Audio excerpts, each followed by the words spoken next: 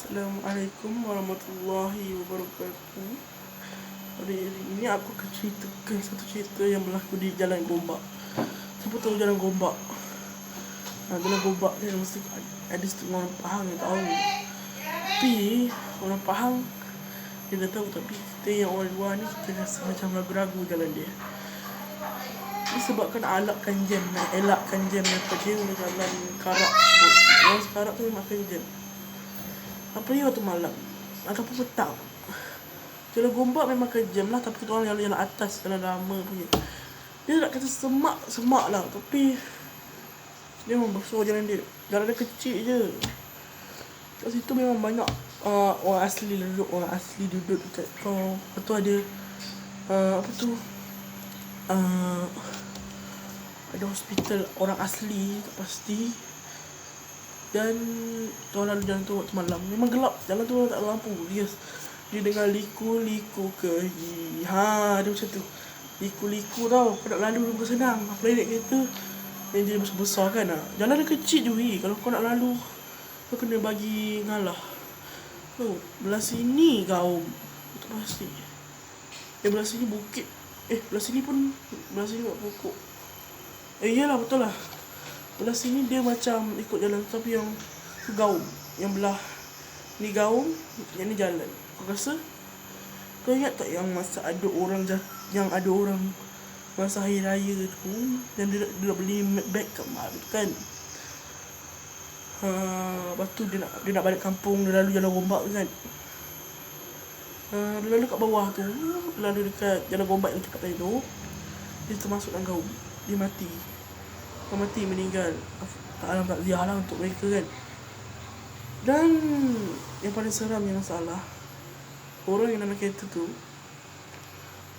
dia nak bagi beg tu kat mak dia. So dia suruh, dia macam apa tuan nama, apa trailer, apa benda yang angkut kereta tu, yang kalau rosak tu tak pasti. Tapi dia cakap dengan angkut trailer tu, dia siap rakam bagi. Kalau korang ada video lah, kalau korang boleh tengok, kau type dia Jalan Gombak, walaupun benda keseram yang ada kat situ kan. Time tu juga banyak lah. Dia cakap, tolong bagi beg ni dekat mak saya. Kau rasa kalau aku tak ada yang nak tunggu, aku letaklah kereta tu kat situ, aku pergi lari. Apalagi jalan tu songir weh. Yelah, sebab dia baru tutup kan. Sebab jalan kalau accident mesti diorang tutup jalan kiri kan, sebab tak nak bagi benda tu. Aku lagi diorang tunggu berapa hari baru boleh lalu kan. Okay, dia cakap je tu. Lepas tu FM Suria kot, dia cakap yang ada orang call dia tu. Dulu memang viral, aku tak ingat tahun berapa, 2022 kot, tak ingat. Tapi memang dia cakap dia memang sebenarnya dia mati, tapi aku tak tahu macam mana dia boleh call si FM tu. Bagi tahu, aku tak tahu lah. Mungkin dia nak bagi tahu, suruh bagi beg kat mak dia ke ataupun, bang, tolong saya bang, macam tu. Serius, aku dengar sendiri dalam video tu. Lepas tu dia campak lagi beg tu dia campak dekat luar kereta. Kereta Myvi kan, tak silap aku. Kereta Myvi ke apa. Tapi memang masa tu kejut juga kan tengok video tu. Itu cerita seram orang lain, kita cerita seram kita pula. Okay, aku cakap ada lalu jalan tu kan. Kat situ aku nampak benda tu. Kan ada orang jatuh gaung tu. Kat gaung tu ada kelibat hitam besar dekat bawah gaung tu. Dan masa tu juga aku pun time tu bawah tu memang gelap juga. Bawah tu ada rumah. So aku rasa bawah tu kebun lah kot. Kebun, hutan tu lah. Orang asli duduk, mana nak bersih kan. Jalan dia memang pernah macam daun. Macam jalan tak pernah dia lalui, tapi ramai orang di situ.